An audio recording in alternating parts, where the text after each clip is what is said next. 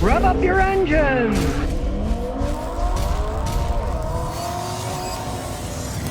Alright, my son got his car scraped. I'm going to show you how you can fix these simple light scratches using some very easy techniques and some really great paint. Now it happened in a parking lot, and luckily it's not really bashed in, it's scraped. If it was bashed, it would be a real pain. But it's mainly scratches, but they're deep scratches. And if you try one of those paint sticks that has a color in it, well, let me tell you something. It's not going to work. It's going to look horrible because they'll either be indented or they'll stick out. Spray paint is all evenly put on. So the first thing you do is open your door and go to the color trim.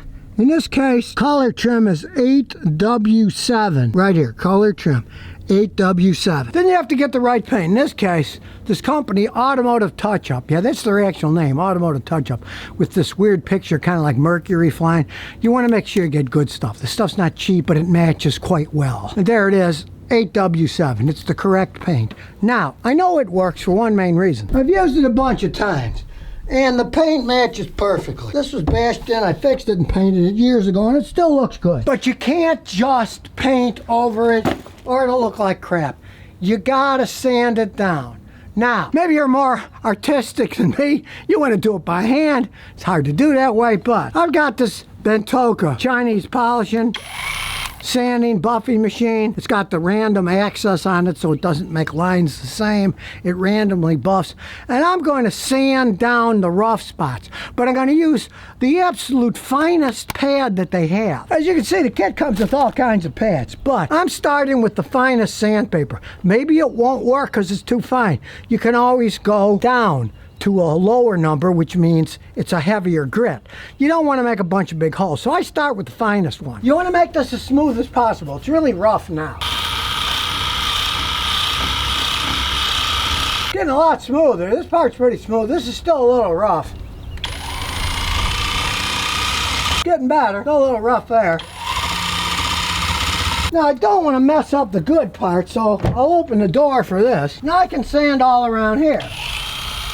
Now in between while you're working, I like this Ethos Car Care Detox. It's a preparation cleaner. You can clean it while you're doing it, and then finally clean it before you start spray painting. Spray a little on, wipe it off, and you can feel the rough parts mostly. Okay?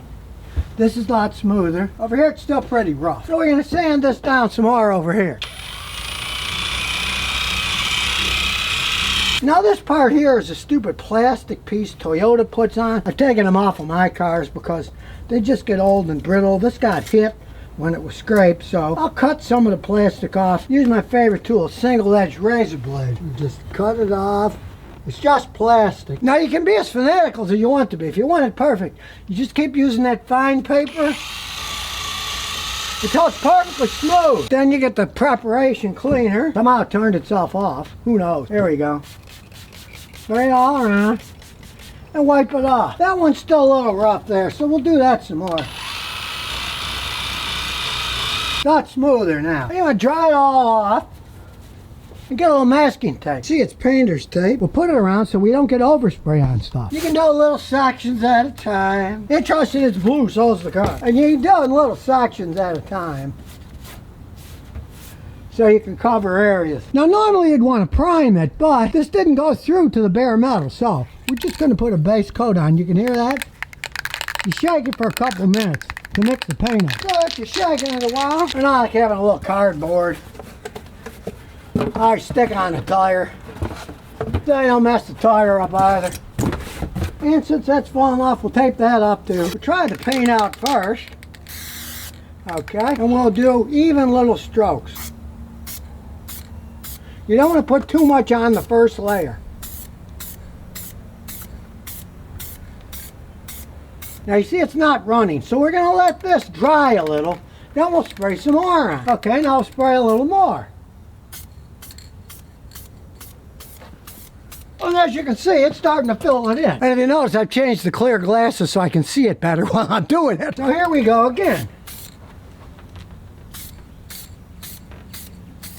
is starting to fill it in. You can still see a few lines, and it might even do a better job sanding it down. But we'll see how it goes. My son didn't want to do anything. He says it's going to rust. I said, no, it's not due to metal. So he left it alone. Well, I want it to look at least halfway decent. If you're a real fanatic, you can keep sanding, painting a little, sanding, painting, as much as you want to. If you notice, this isn't as shiny as that paint because this is clear coated, and this is just the base paint. That's why when you're done, you put clear coat finish on it. That's what gives it the shine and protects it. Again, you want to put light coats on. You don't want to put heavy coats on. And while that side's drying, we'll do the little scratches here. I already sanded them down, so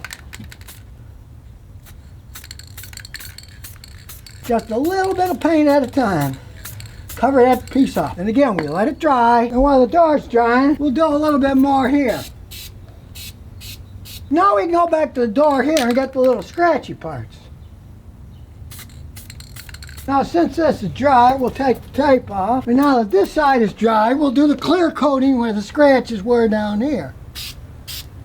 Now invariably, you'll have a little bit of overspray. And later, I'll show you how you can clean it off. Clay bars and different sprays will help remove that. You don't want to do it now because you want the paint to dry. I'll do that in another video days from now after it's dried.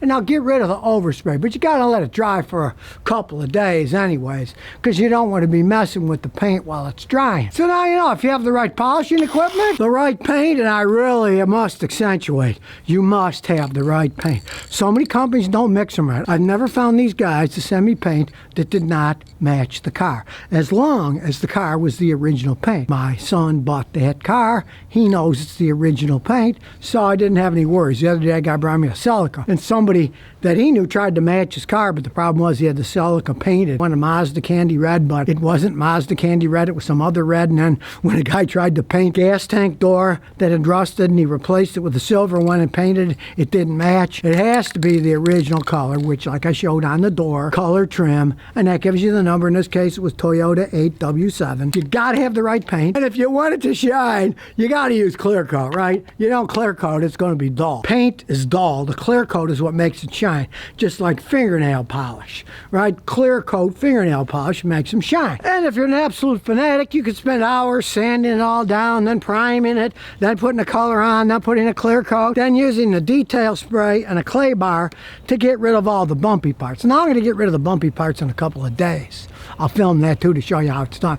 But you don't want to do that for a while. You want the paint to be dry. You don't want to mess up the paint that needs to dry. Now I admit I'm not a body man, and yeah, you could sand that down a little bit over here better if you really wanted to, but hey, it sure looks a lot better than it did before. It only looks funky here because it's reflecting my grass in the sun. And here's some bonus questions and answers. Okay, what's the deal with Bill Gates' nuclear power plant that he's planning on making in Wyoming? Okay, it's new technology. It's just the old nukes, right? It's using liquid metal like sodium to run the process instead of water. The interesting thing is, since it's more modern technology, you can use these nukes for various things. It can give you electricity when you want electricity. It can give you hydrogen if you want hydrogen. So let's say we start making hydrogen cars using hydrogen. It can create hydrogen. And it can even be used to make synthetic fuel. So, to me, that makes a lot of sense. If you got this system that can do all these three different things, whatever pans out as working out the best, it can do that. It's not a one-trick pony, right? And then you get these greenie people. They even whine about this. You know, they don't do hydrocarbons, right? But then they say, well, it's fission. It could blow up. All these people are going to die. They're going to be... Come on now. If. If pigs had wings, they'd fly, right? Well, you don't worry about stuff like that. Nukes have been around for a long time. Over 50% of energy in the United States that's coming from non-polluting sources is still nuked today. And that's mostly old stuff, right? And it still worked perfectly fine. So now they got a little bit of new technology. Why not put it into use? You got small areas that can create a tremendous amount of power, right? That's why they invented them in the first place, right? And then these idiots with windmills. Okay, I just visited 3 windmills here in Rhode Island, right? They're old historical windmills, right? And the reason they didn't use them anymore is because they're extremely inefficient. They don't create that much energy. The windmills that they had were for grinding corn, and it took forever to grind a certain amount of corn. They're slow, and they only work when the wind's blowing, right? Why these people are going back to that kind of technology is beyond me. We need to go into the future. And hey, my money's on Bill Gates. So if he's got some kind of an idea of we can use these sodium reactors, that they're going to be safer and they can create all kinds of different energy, 3 different types to fit whatever you need, to me, it makes an awful lot of sense. Because you get, solar panels, wind, whatever. Okay, you got to store it because you can't use it all at once. And then when at night, you don't get any from the solar panels, right? You store it, you're going to lose anywhere from 20 to 40% of the power storing it and then bringing it back out. Every time you store it, move it, there is a loss of energy. Doesn't matter what you use, you're always going to lose efficiency, so you're wasting energy. The nukes make a lot more sense, if you ask me, especially if they can do 3 different things like his. Let's hope they let Bill build it in Wyoming, and maybe that'll be a good game changer, right? Instead of thinking that the wind's going to save us or solar panels are going to save us, they don't create enough energy. So if you never want to miss another one of my new car repair videos, remember to ring that bell.